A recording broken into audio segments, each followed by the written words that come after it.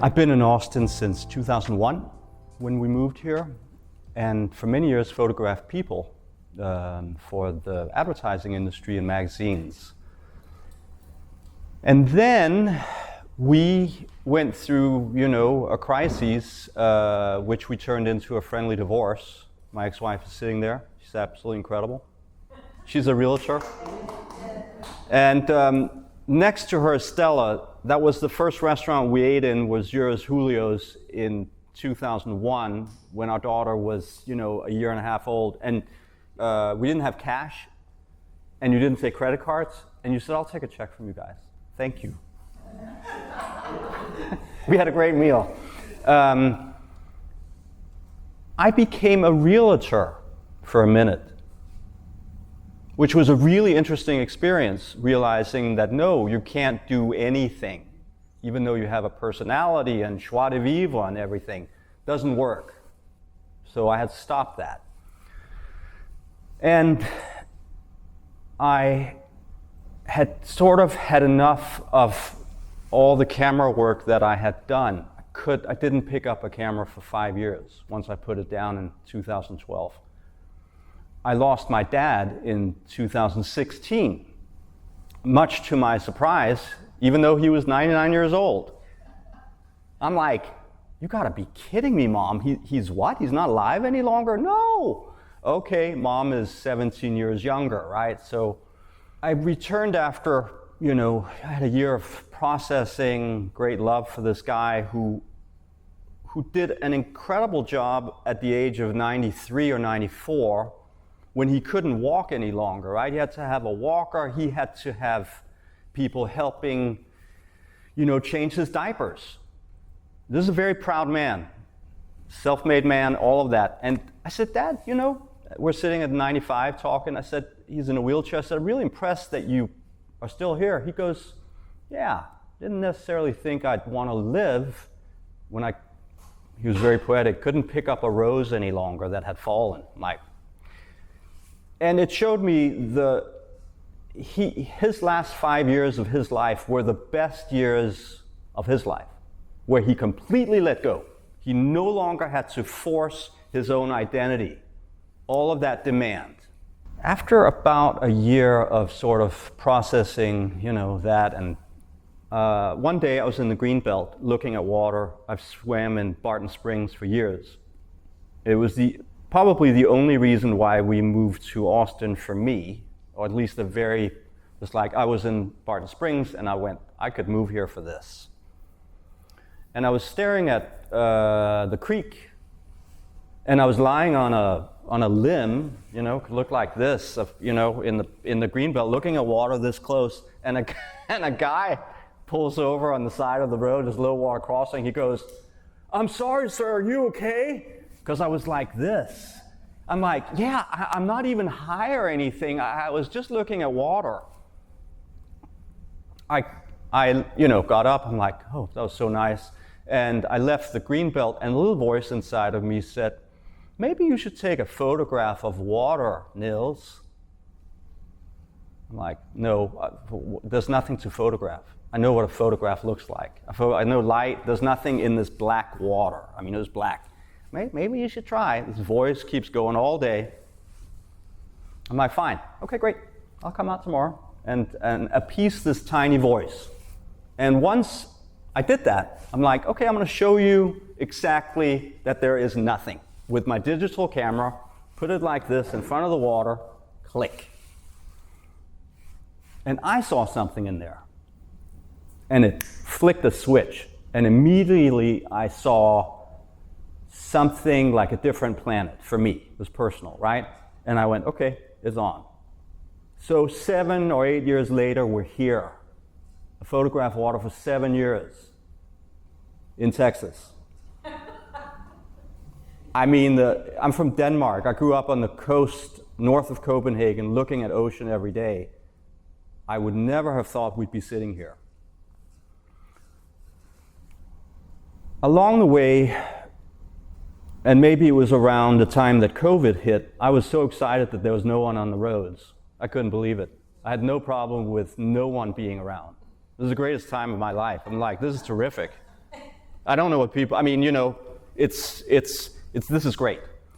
That probably should have told me that I was a bit of a hermit, okay? But it didn't really click. So I knew I needed to leave Austin to find some creativity again, because I felt really, I'm easily distracted, and all the billboards and all that's happening, all that fun stuff was just getting my way, jamming my frequency. I could not connect.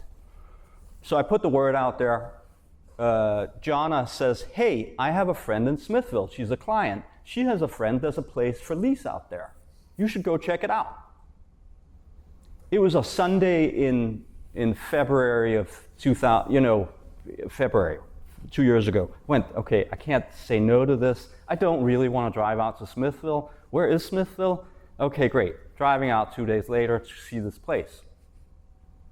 And all along the way, I'm completely determined never to move to Smithville, where I live now, by the way.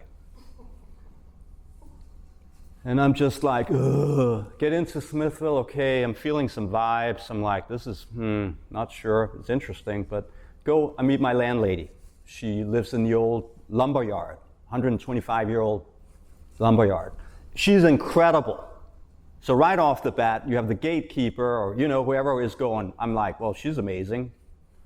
I'm like, okay, great. We walk up into the space. It's the old offices. It's sort of like this, same ceiling height almost. It feels a little bit like this.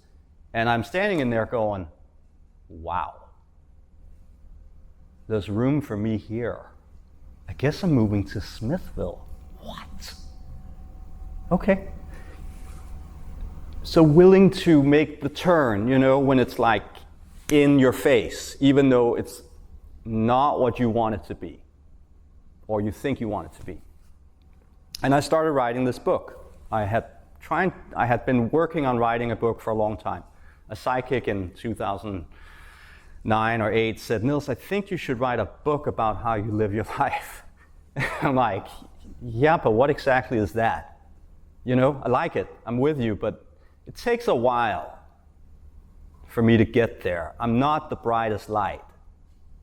And I think it helped turning 55, to be perfectly honest.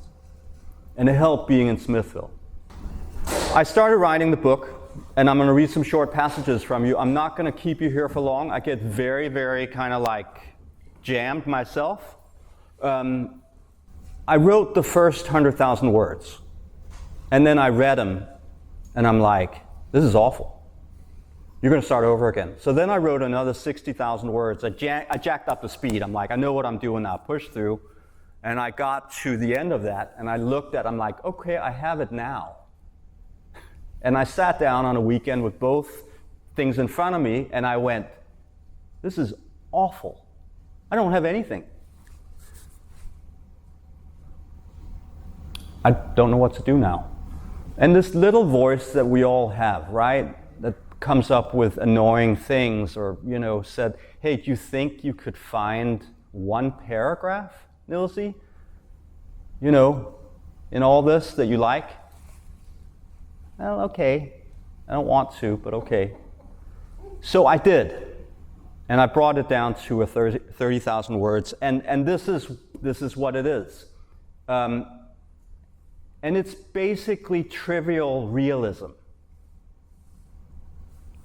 It's our everyday lives.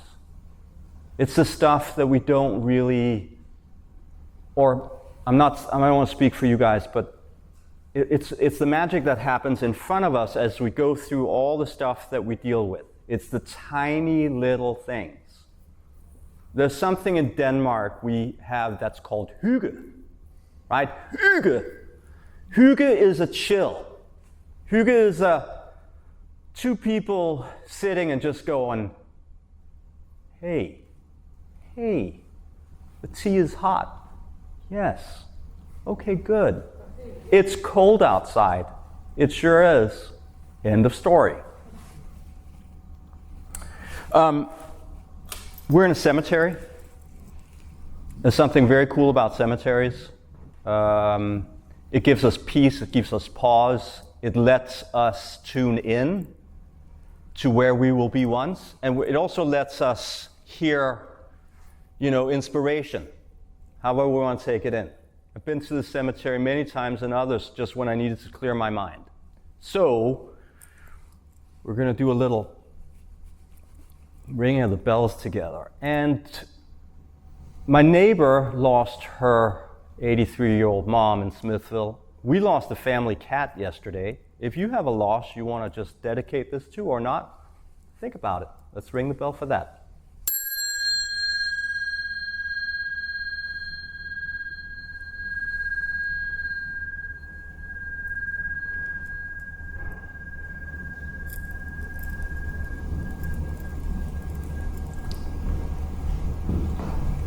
Okay, let's ring it for the life that we represent and the miracle that life is every day.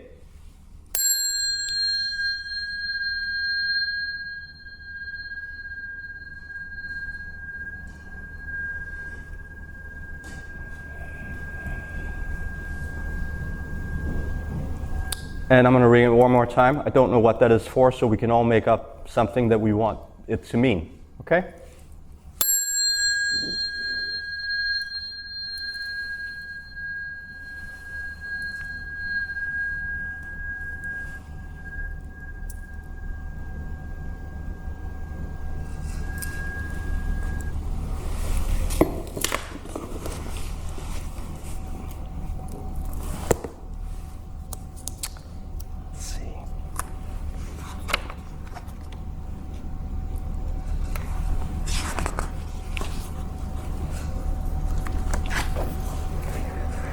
Okay, cockroaches. You know, when you just want to, the preface for this is we all deal with cockroaches in Texas. There are the Austin cockroaches, and there are the country cockroaches. And they are a real agent for being cockroaches. You're giving me the thumbs up. Could you not do that? Because it's, yeah, no, it's okay. Just let it, I know, I love you. Stop it. Cockroaches, an artist's approach to unwelcome strangers. Human beings are not terribly fond of cockroaches. They're really creepy, and some even fly, making them seem all the more terrifying. Deadly, dark fantasies they invoke. To see one is to know that if you don't kill it, it could come back and crawl all over you, and wake you up in your sleep perhaps even. In the recent years, I've gone from killing them to a catch and release approach. There's something about these beasts that make me think that they're way smarter than I am. And another point is a reverence for their staying power.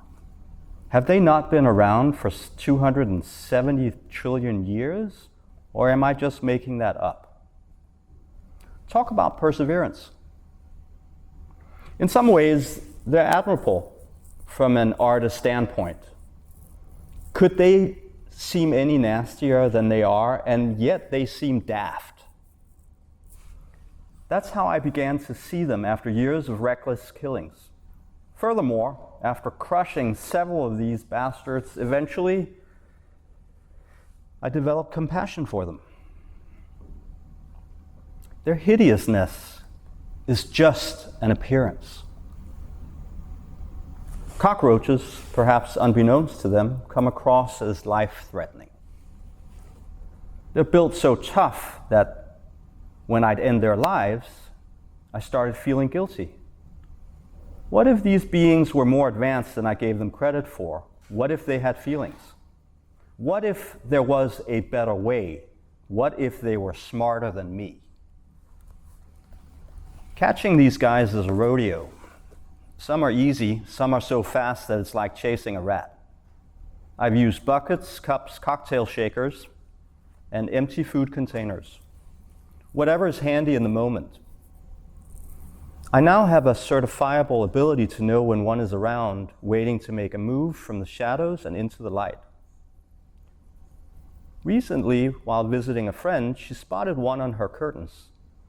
It was backlit by the sun, and it was huge. She screamed and grabbed a shoebox with shoes in it and started whacking away at it. Well, it's almost impossible to kill a cockroach on a curtain with a deadly blow from a shoebox. "Allow me, please," I asked my friend, who let me have the shoebox, which I emptied off her heels while not taking my eyes off the roach, and then I went for it, lid in one hand and box in the other. In one fell swoop, I cleared it into the box and put the lid on it. My friend wanted to incinerate the shoebox, but I chose to walk it across the street to an abandoned house where I emptied it into the sidewalk gutter while sternly reprimanding said roach. It landed on its feet, of course, these guys are geniuses, and looked caught, busted, shamed, forlorn, and surprised. I told it never to return and went back across the street, where my friend asked me not to bring the shoebox back into her house, even with a roach gone.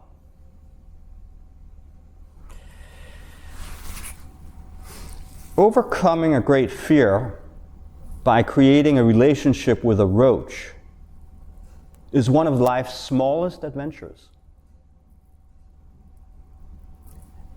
And I'd like to add something to that story that happened last week, okay, to validate this. We have an order at this house, right?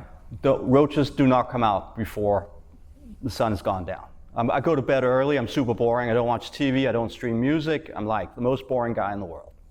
So just don't show up until, the light's on. Well, a roach came out as I was drinking a margarita right next to where I was standing. I'm like, what? I can see you. This is unfair. So I grabbed something and I did the thing. Like, okay, he's trapped down there. I managed to get it. And then I step away and I'm sipping my margarita. I'm just like, oh no, now I have to take the paper underneath, like it's a scoot process. And then you hold it, walking down the steps, because they're steep steps, I have to put a hand on the ladder. I walk down the steps with this cockroach, is what I'm thinking. And I'm like, I don't want to deal with this right now. I can't. So is the roach going to stay there for a minute? I don't know. I'm going to have some more tequila before I know what to do. And I'm just standing there, and I see another roach come out from the curtains by the kitchen that I have. And I could cry, but I get, but this is what I interpreted the situation to be. The roach looked at me and stopped and looked at the container and went, "What are you going to do, my friend?" I mean, it was really just one of those. It felt like. I said, "I'm going to take your friend across the street, and I best not see you again, okay?" So I took the friend across the street. I said, "You're impossible." But that just never ends. These stories are designed for you guys to check out, tune in, be at ease, be bored. We're not trying to solve we're not trying to be the greatest of anything in the world. It's supposed to make you relax. But if you feel inclined to leave, have at it. I want to make sure there's always an open door policy here, because I am that way. Just letting you know. These are lullabies. Okay, they're designed to be read at night for you by this voice. Oh. Or listen to one story if you're sitting in, somewhere and you've lost connection to inspiration. It's not a front to back book. It's pick it up and go, what? Yeah, maybe he's got something. I don't know. Okay. Let's see what else we got here. Okay, simple one. And I think that this audience resonates with this. I think you're probably the type of people that are good at this, so it's just a reminder, but it's written, so I have to read it. Be available to give a listen. I gave a listen to a few of my closest on a day when I felt like the world's least contributing citizen. There are days when the friendly hermit isn't all that friendly. On such a day recently when I felt like the world's least contributing citizen, I did one thing consistently when the phone rang, even when I didn't feel like I had anything in me. I picked it up and was able to be there for a handful of others who needed to talk, including my 90-year-old mom and my 24-year-old daughter. The conversations lasted anywhere between 12 minutes to 30, and that was, to a large extent, the only self-validating thing I accomplished. And later on in hindsight, being there for others, picking up the phone when it rang, in spite of feeling out of pocket. I was really I had nothing. The following morning, I ran into my friend who'd called me. She had gone to the optometrist and discovered that they no longer take her insurance, and she has a retina problem. She was walking her dog, and I pulled over to see how she was doing, and she thanked me for feeling really listened to. So you never know. The world seems linear. We in the Western world ride high on that thought. And hundreds of years ago, the linear world was in fact so linear that the Western world, aka Europe, held it to be flat. And anyone who disagreed with that was guilty of heresy and was dispersed with. What if the world is linear in ways? The migrating geese fly in straight lines. Trees grow up. Gravitas is linear here on Earth. We drop something, it falls directly down. However, there is a non-linear world, and that world is magical because it's outside our cerebral jurisdiction. Be available to that even when you feel completely unavailable. Let the tiny voice inside you be heard.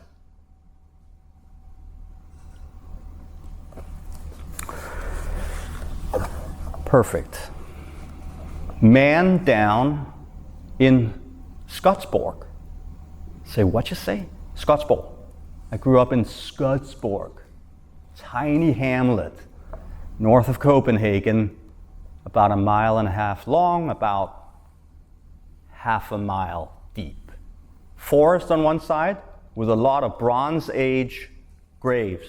Truly, in this area, scattered. Unbelievable. Nowhere else, like 20, 2 dozens, 3 dozens. And then you have the ocean on the other. Super boring when I grew up. Anyway, my mom lives in an apartment complex there. I visit her. And this is what happened last May when she had fallen. I got a call from my family. Your mom has fallen. She's unconscious. Oh my God, there's so much blood. I'm sorry. Guys, I've just played soccer. I'm at Barton Springs. What is going on in Denmark? Mom? Oh no, she's coming too. I think she's going to be okay, Nils.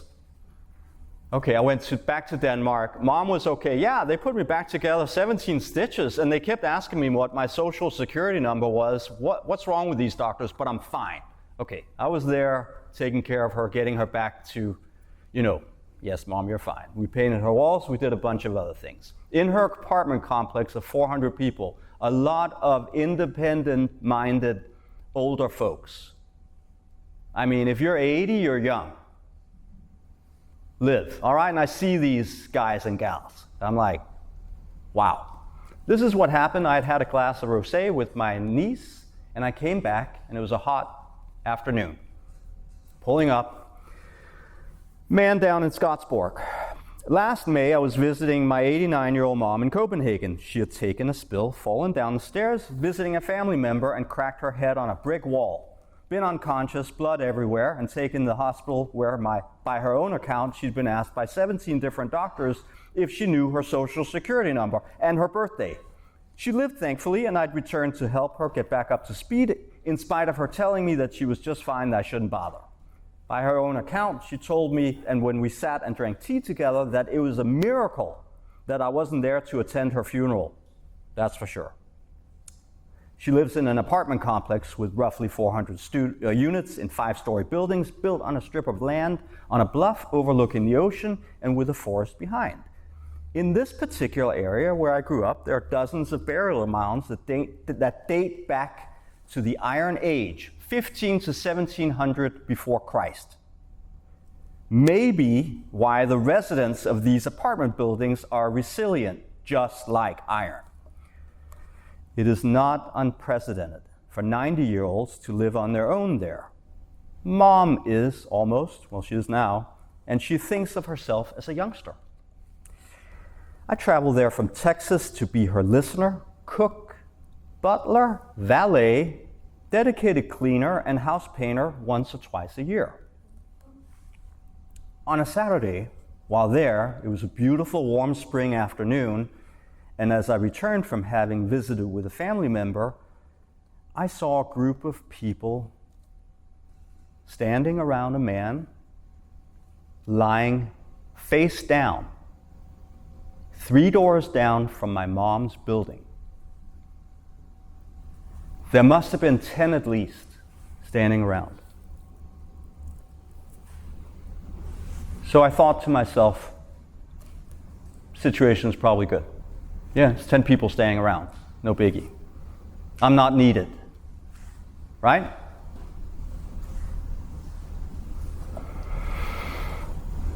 Then I parked, and my tiny voice suggested going over to see for myself if I could be of service. A man, an older, tall man, in an old-fashioned sweater, was lying face down. There was a little bit of blood while everyone were standing around, and no one was actually by his side on the ground. A tree had fallen in the forest, as if.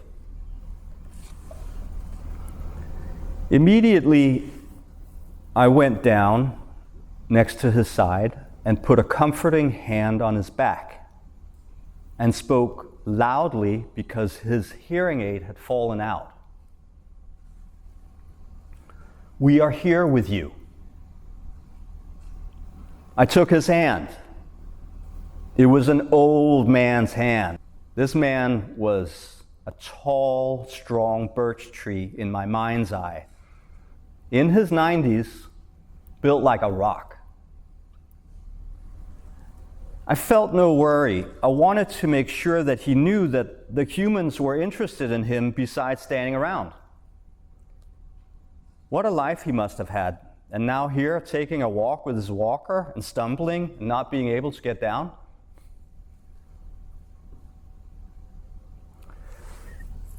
He had more than a difficult time breathing. Because he was face down, and an enormous nose was squished against itself on the concrete, limiting his intake of air. No one had thought that he needed to be on his side. Surely his difficulty alone breathing could kill him, not the fall. It was a hot day, and he was in his wool cardigan, well worn. I was able to turn his face gently. I want to insert something here. I literally had to use force to move his face, which is like a rock. The 10 bystanders were gossiping why the ambulance hadn't arrived yet. We're so good human beings. Why hasn't he, I'm like, let's just, come on. Then, a true leader of poise and confidence and experience showed up. She was one of the assisted living nurses who visited the buildings on her way to see another client, and she knew the fallen hero. I could hear her walking up on the phone, calling into her office to send someone else to help the client she wouldn't be able to get to right now because of the urgency required on the scene. She took charge with me on the ground. She directed how we'd move him to his side, which required a lot of strength from both of us. This gentleman was built like Plymouth Rock, and in unison, we both helped get the sweater off of him. All this while, I kept holding his hand and telling him that he was doing well and that we wouldn't abandon him. The only thing he kept repeating was, "I want to go home."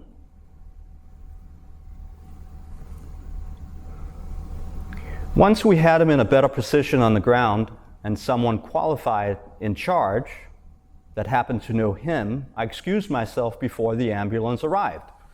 The tiny voice had been right. I was needed. The following day, I returned from an errand when I spotted an EMS vehicle outside the front door of where the tall birch tree of a man had fallen. Two young dudes were standing around smoking cigarettes on their phones. I'm like, "Hey, did you bring back the older gentleman who fell yesterday?" Yeah. The EMS guy looked relaxed. "Was he in decent shape? Did you walk him up?" "Yeah, he walked himself up." We shared a look of reassured calmness. The storm had blown over. But I was desperate to find out. How old is he? Do you know? With a cigarette in mouth, he answered my question. "I'm sorry, did you say 94? I said 99. He'll be 100 in July."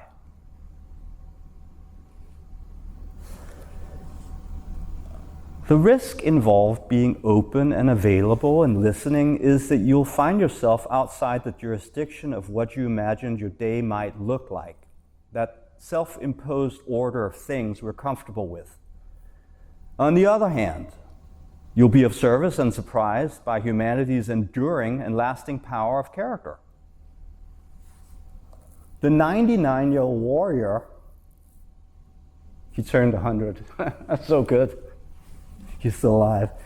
The 99-year-old warrior showed us all how amazing he is by virtue of taking a spill and return to his apartment to continue on. Personally, I'll never forget the firm grip of his large hand. A giant of a 99-year-old man in an Iron Age community.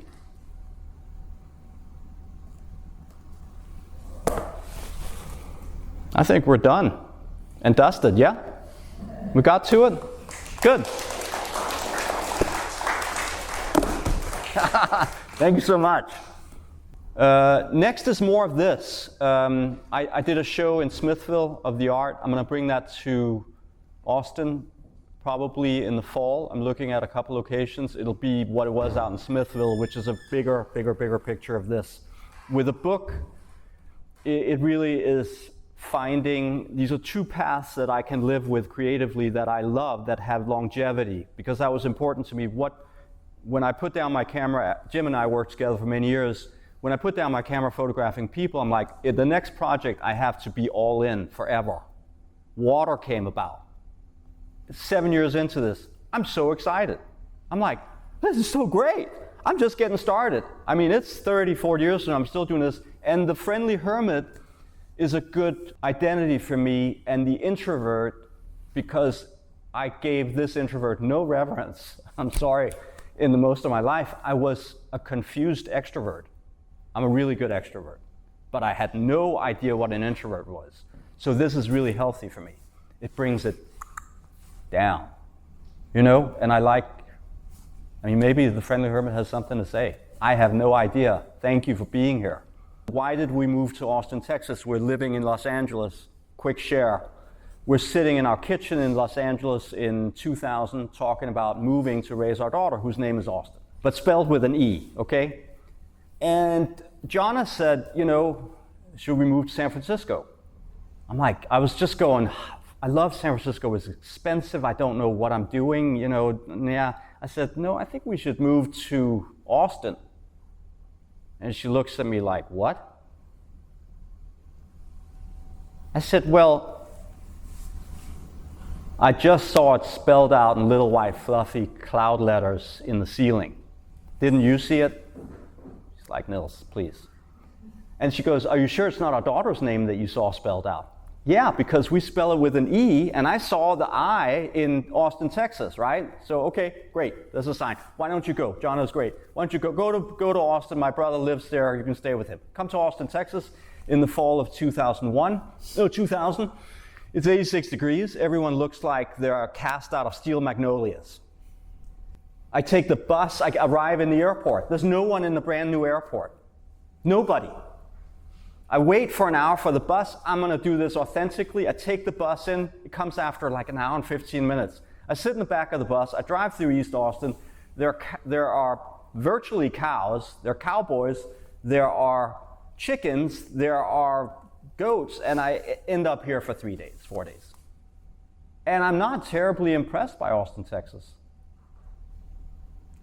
Except when I get into Barton Springs. I'm like, okay, that's the qualifier. So I return, and I'm still like, what are we moving to Austin, Texas? I don't see anything here. I see barbecues out front. I see poorly dressed people. Super boring. Everything is overgrown. You can't get an espresso. You can't get a bagel. You can't get a meal, except at Julio's, right? But we hadn't gotten to that yet. So I get back in the airport. Jonna picks me up with our daughter on the hand. She goes, how was Austin? I said. She goes, oh no, what are we going to do? I said, I think we're moving to Austin, Texas. Why? Because I saw white fluffy cloud letters. How can you argue with that? And you're a great sport. You're like, okay, let's go. I said, this may not be the first place that we're going to end up in, but it's a stepping stone. Well, we're still here. That little voice is there, but it really has to. It's not like I'm constantly tuned into this little voice, like, come on, little voice, tell me what to. Usually it tells me something that is counter to where I'm going. Like, what? No. Anyway, that's because I'm really focused on this piece here that I've spent a long time with. I know exactly where that's going. This is like, I also have this, and my staff. Hello. Yes, it will be really extensive. Like you're seeing 2%, 5% of the exhibit here. Yeah, like really. This is a 20th. Yeah, thank you. Thanks, Nils. Seriously, thank you so much.